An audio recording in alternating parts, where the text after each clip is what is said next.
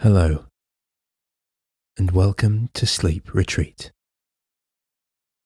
the safe place where you can drift off to sleep in the company of a calming sleep story. Please make sure you're lying in your bed comfortably. Place your mobile phone or your devices to the side.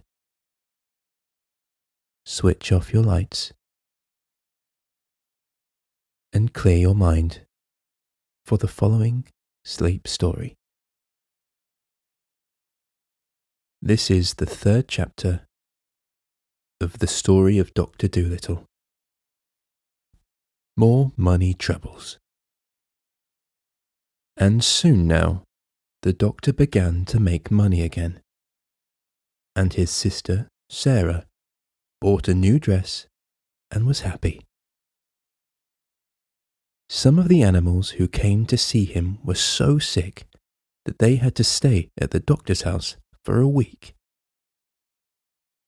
And when they were getting better, they used to sit in chairs on the lawn. And often, even after they got well, they did not want to go away. They liked the doctor and his house so much, and he never had the heart to refuse them when they asked him if they could stay with him. So in this way, he went on getting more and more pets. Once when he was sitting on his garden wall, smoking a pipe in the evening, an Italian organ grinder came round with a monkey on a string. The doctor saw at once that the monkey's collar was too tight, and that he was dirty and unhappy. So he took the monkey away from the Italian, gave the man a shilling, and told him to go. The organ grinder got awfully angry and said that he wanted to keep the monkey. But the doctor told him that if he didn't go away, he would punch him on the nose. John Dolittle was a strong man, though he wasn't very tall. So the Italian went away saying rude things, and the monkey stayed with Doctor Dolittle and had a good home. The other animals in the house called him Chi-Chi, which is a common word in monkey, meaning ginger. And another time, when the circus came to Puddleby, the crocodile who had a bad toothache escaped at night and came to the doctor's garden. The doctor talked to him in crocodile language and took him into the house and made his tooth better. But when the crocodile saw what a nice house it was, with all the different places for all the different kinds of animals, he too wanted to live with the doctor. He asked, couldn't he sleep in the fish pond at the bottom of the garden, if he promised not to eat the fish? When the circus men came to take him back, he got so wild and savage that he frightened them away. But to everyone in the house, he was always as gentle as a kitten. But now the old ladies grew afraid to send their lapdogs to Doctor Dolittle because of the crocodile, and the farmers wouldn't believe that he would not eat the lambs and sick calves they brought to be cured. So the doctor went to the crocodile and told him he must go back to the circus. But he wept such big tears and begged so hard to be allowed to stay that the doctor hadn't the heart to turn him out. So then the doctor's sister came to him and said, John, you must send that creature away. Now the farmers and the old ladies are afraid to send their animals to you, just as we were beginning to be well off again. Now we shall be ruined entirely. This is the last straw. I will no longer be housekeeper for you if you don't send away that alligator. "It isn't an alligator," said the doctor. "It's a crocodile." "I don't care what you call it," said his sister. "It's a nasty thing to find under the bed. I won't have it in the house." "But he has promised me," the doctor answered, "that he will not bite anyone. He doesn't like the circus, and I haven't the money to send him back to Africa, where he comes from. He minds his own business, and on the whole is very well behaved. Don't be so fussy." "I tell you I will not have him around," said Sarah. "He eats the linoleum. If you don't send him away this minute, I'll go and get married." "All right," said the doctor. "Go and get married. It can't be helped." And he took down his hat and went into the garden. So Sarah Dolittle packed up her things and went off, and the doctor was left all alone with his animal family. And very soon he was poorer than he'd ever been. With all these mouths to fill and the house to look after, and no one to do the mending, and no money coming in to pay the butcher's bill, things began to look very difficult. But the doctor didn't worry at all. "Money is a nuisance," he used to say. "We'd all be much better off if it had never been invented. What does money matter so long as we are happy?" But soon the animals themselves began to get worried. And one evening, when the doctor was asleep in his chair before the kitchen fire, they began talking it over amongst themselves in whispers. And the owl, Tutu, who was good at arithmetic, figured it out that there was only money enough left to last another week. Then the parrot said, "I think we all ought to do the housework ourselves. At least we can do that much. After all, it is for our sakes that the old man finds himself so lonely and so poor." So it was agreed that the monkey, Chi-Chi, was to do the cooking and the mending. The dog was to sweep the floors. The duck was to dust and make the beds. The owl, Tutu, was to keep the accounts, and the pig was to do the gardening. They made Polynesia, the parrot, housekeeper and laundress, because she was the oldest. Of course, at first they all found their new jobs very hard to do, all except Chi-Chi, who had hands and could do things like a man. But they soon got used to it. And they used to think it great fun to watch Jip the dog sweeping his tail over the floor with a rag tied onto it for a broom. After a little, they got to do the work so well that the doctor said he had never had his house so tidy or so clean before. In this way, things went on along all right for a while, but without the money, they found it very hard. Then the animals made a vegetable and flower stall outside the garden gate, and sold radishes and roses to the people that passed by along the road. But still they didn't seem to make enough money to pay all the bills. And still the doctor wouldn't worry. When the parrot came to him and told him that the fishmonger wouldn't give them any more fish, he said, "Never mind, so long as the hens lay eggs and the cow gives milk, we can have omelettes and junket. And there are plenty of vegetables left in the garden. The winter is still a long way off. Don't fuss." That was the trouble with Sarah. She would fuss. I wonder how Sarah's getting on. An excellent woman, in some ways. Well, well.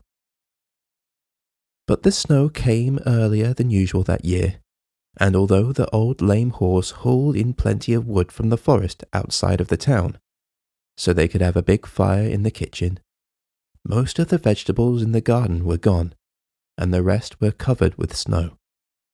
and many of the animals were really hungry. Chapter 4. A Message from Africa. That winter was a very cold one, and one night in December, when they were all sitting around the warm fire in the kitchen, and the doctor was reading aloud to them out of books he had written himself in animal language, the owl Tutu suddenly said, "Shh! What's that noise outside?" They all listened, and presently they heard the sound of someone running. Then the door flew open, and the monkey Chi-Chi ran in, badly out of breath. "Doctor," he cried, "I just had a message from a cousin of mine in Africa. There is a terrible sickness among the monkeys out there. They are all catching it, and they are dying in hundreds. They have heard of you and beg you to come to Africa to stop the sickness." "Who brought the message?" asked the doctor, taking off his spectacles and laying down his book. "A swallow," said Chi-Chi. "She is outside on the rain butt." "Bring her in by the fire," said the doctor. "She must be perished with the cold. The swallows flew south 6 weeks ago." So the swallow was brought in, all huddled and shivering, and although she was a little afraid at first, she soon got warmed up and sat on the edge of the mantelpiece and began to talk. When she had finished, the doctor said, "I would gladly go to Africa, especially in this bitter weather, but I'm afraid we haven't any money enough to buy the tickets. Get me the money box, Chi-Chi." So the monkey climbed up and got it off the shelf of the dresser. There was nothing in it, not one single penny. "I felt sure there was 2p left," said the doctor. "There was," said the owl, "but you spent it on a rattle for that badger's baby when he was teething." "Did I?" said the doctor. "Dear me, dear me. What a nuisance money is, to be sure. Well, never mind. Perhaps if I go down to the seaside, I shall be able to borrow a boat that will take us to Africa. I knew a seaman once who brought his baby to me with measles. Maybe he'll lend us a boat. The baby got well." So early the next morning, the doctor went down to the seashore, and when he came back, he told the animals it was all right. The sailor was going to lend them the boat. Then the crocodile and the monkey and the parrot were very glad and began to sing, because they were going back to Africa, their real home. And the doctor said, "I shall only be able to take you 3, with Jip the dog, Dab Dab the duck, Gub Gub the pig, and the owl Tutu. The rest of the animals, like the dormice, and the water voles, and the bats, they will have to go back and live in the fields where they were born, till we come home again. But as most of them sleep through the winter, they won't mind that. And besides, it wouldn't be good for them to go to Africa." So then the parrot, who had been on long sea voyages before, began telling the doctor all the things he would have to take with him on the ship. "You must have plenty of pilot bread," she said. "Hard tack, they call it. And you must have beef in the cans and an anchor." "I expect the ship will have its own anchor," said the doctor. "Well, make sure," said Polynesia, "because it's very important. You can't stop if you haven't got an anchor, and you'll need a bell." "What's that for?" asked the doctor. "To tell the time by," said the parrot. "You go and ring it every half an hour, then you know what time it is. And bring a whole rope. It always comes in handy on voyages." Then they began to wonder where they were going to get the money from to buy all the things they needed. "Oh, bother it! Money again," cried the doctor. "Goodness, I shall be glad to get to Africa where we don't have to have any. I'll go and ask the grocer if he'll wait for his money till I get back. No, I'll send the sailor to ask him." So the sailor went to see the grocer, and presently he came back with all the things they wanted. Then the animals packed up, and after they had turned off the water so the pipes wouldn't freeze, and put up the shutters, they closed the house and gave the key to the old horse who lived in the stable. And when they had seen that there was plenty of hay in the loft to last the horse through the winter, they carried all their luggage down to the seashore and got onto the boat.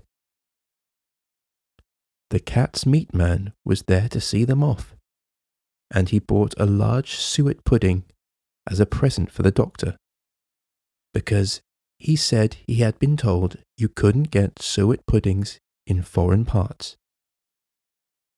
As soon as they were on the ship, Gub-Gub the pig asked where the beds were, for it was 4 o'clock in the afternoon and he wanted his nap. So Polynesia took him downstairs to get to the inside of the ship and showed him the beds, set all on top of one another like bookshelves against a wall. "Why, that isn't a bed," cried Gub-Gub. "That's a shelf." "Beds are always like that on ships," said the parrot. "It isn't a shelf. Climb up onto it and go to sleep. That's what you call a bunk." "I don't think I'll go to bed yet," said Gub-Gub. "I'm too excited. I want to go upstairs again and see them start." "Well, this is your first trip," said Polynesia. "You will get used to the life after a while." And she went back up the stairs of the ship, humming this song to herself. "I've seen the Black Sea and the Red Sea. I rounded the Isle of Wight. I discovered the Yellow River, and Orange, too, by night. Now Greenland drops behind again, and I sail the ocean blue. I'm tired of all these colours, Jane, so I'm coming back to you." They were just going to start on their journey when the doctor said he would have to go back and ask the sailor the way to Africa. But the swallow said she had been to that country many times and would show them how to get there. So the doctor told Chi-Chi to pull up the anchor, and the voyage began. Now, for 6 whole weeks they went sailing on and on, over the rolling sea, following the swallow who flew before the ship to show them the way. At night she carried a tiny lantern so they would not miss her in the dark. And the people on the other ships that passed said that the light must be a shooting star.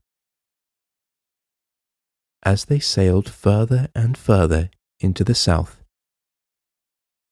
it got warmer and warmer. Polynesia, Chi-Chi, and the crocodile enjoyed the hot sun no end. They ran about laughing and looking over the side of the ship to see if they could see Africa yet. But the pig and the dog and the owl, Tutu, could do nothing in such weather, but sat at the end of the ship in the shade of a big barrel, with their tongues hanging out, drinking lemonade. Dab-Dab, the duck, used to keep herself cool by jumping into the sea and swimming behind the ship. And every once in a while, when the top of her head got too hot, she would dive under the ship and come up on the other side. In this way, too, she used to catch herrings on Tuesdays and Fridays, when everybody on the boat ate fish to make sure the beef lasted longer.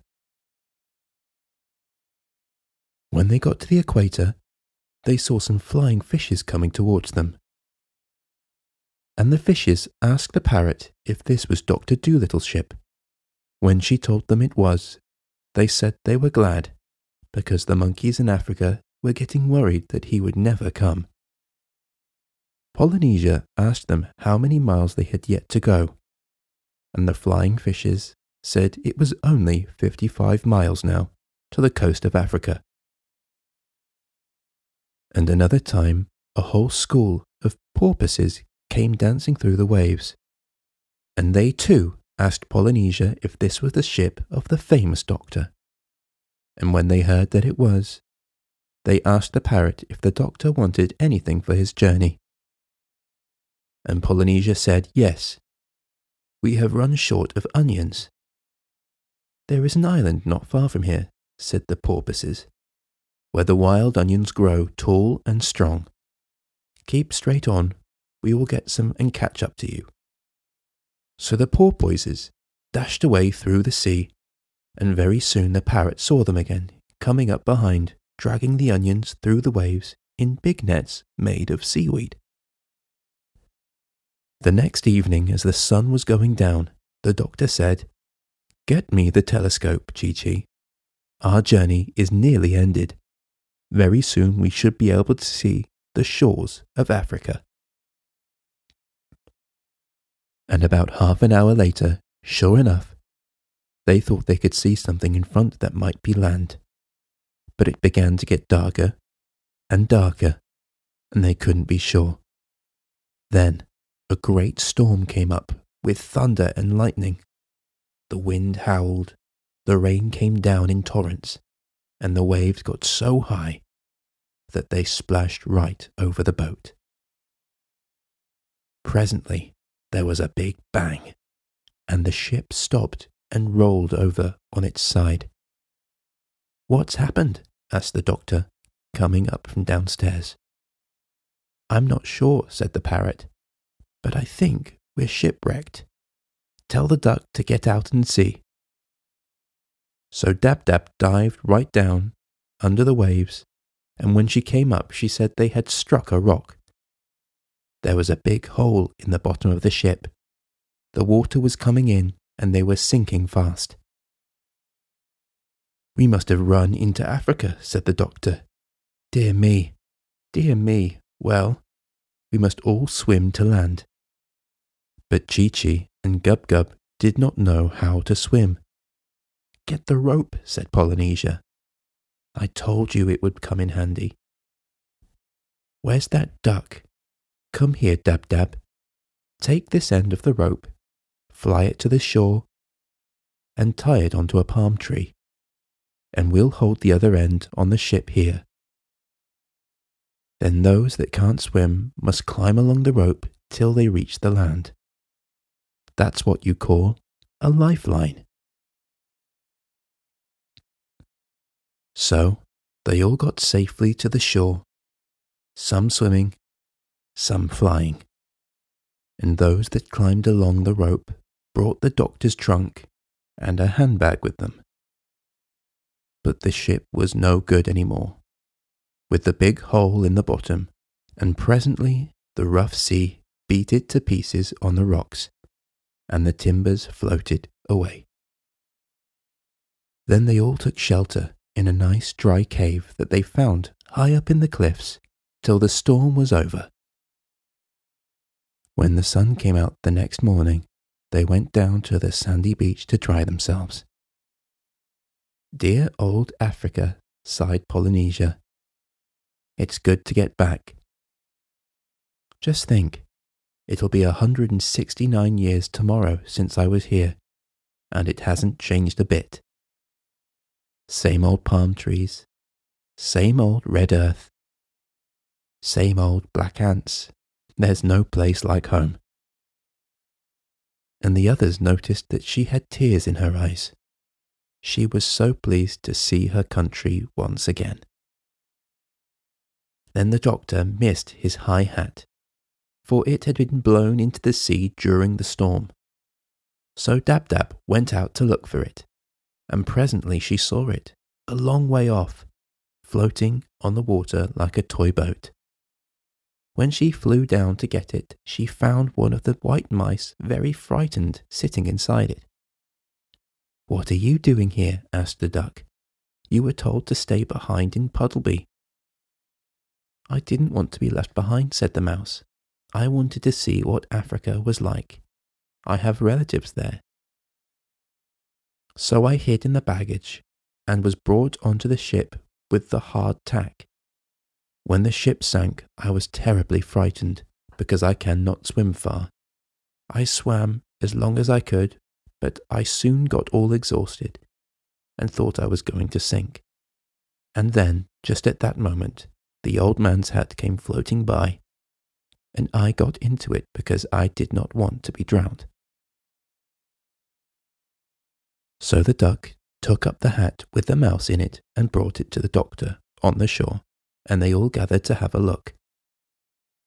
"That's what you call a stowaway," said the parrot.